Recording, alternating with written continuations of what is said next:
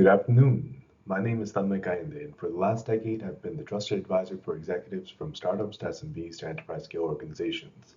I found the patterns in the architecture of those that lead their field. I know because I've designed and developed their systems and processes using AI, platforms, models, and frameworks to positively affect billions of users, and now bring my insights to you. Welcome to session 11. So far, most of the prompts we've written have requested plain English conversational responses, but what if you need the output to be perfectly formatted so that another computer program can read and use it? Today we're diving into how to prompt a model to generate structured output like computer code or JSON.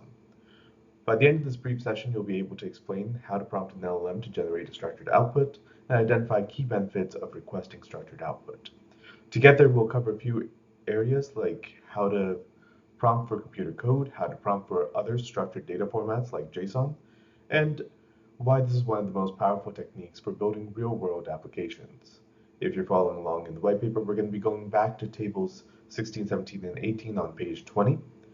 It's important to note that this chapter is an adaptation from the original content specific to this audience.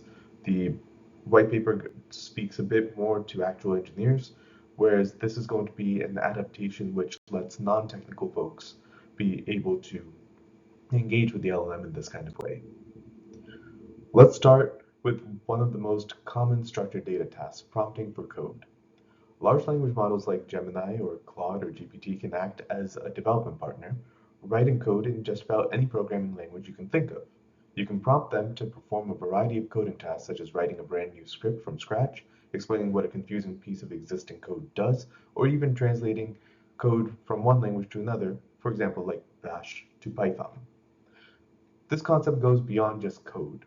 For many non-creative tasks like data extraction, classification, or parsing text, you can prompt the model to return data in a structured format like JSON or XML. This leads us to key benefits of requesting structured output. First, you don't have to manually write code in your application to parse the model's response and create a JSON object.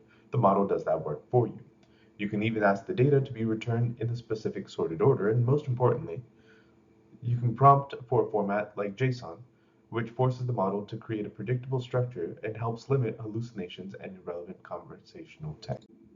The white paper has a series of code prompting examples. For example, in the white paper on table 16, the prompt asks the model to write a bash script that can rename files in the folder, and then in the following table, it takes the same script and asks the model to explain step by step what the code does. In the following table, the prompt asks the model to translate original bash script into Python, the programming language, and this kind of sequence perfectly demonstrates the versatility of prompting for code. Another example.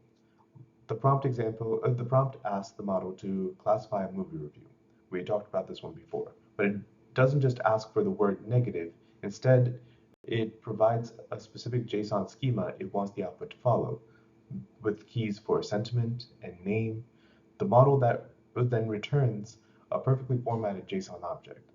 This is incredibly useful because a software application can now easily read and understand the structured output without having to do any extra work. Let's try this exercise. You need an LLM to analyze product reviews and extract key details like star rating, main complaint, and product category for 1,000+ reviews.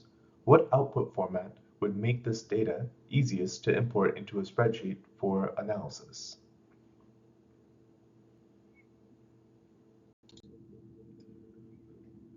The solution might be you ask for the output to be structured in the format like JSON or CSV with consistent columns. For example, return each review analysis as rating, main complaint, product category, and this kind of structure creates a uniform data that can be directly imported into Excel or Google Sheets without manual formatting.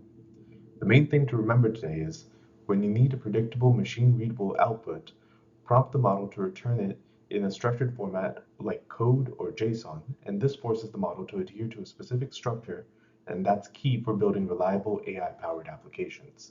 We've now covered a wide range of prompting techniques, and for our next few sessions, we're going to distill all of this down into a core set of best practices. In our next session, we'll begin with the most foundational principles, focusing on examples, simplicity, and specificity. Thank you. I'll see you then.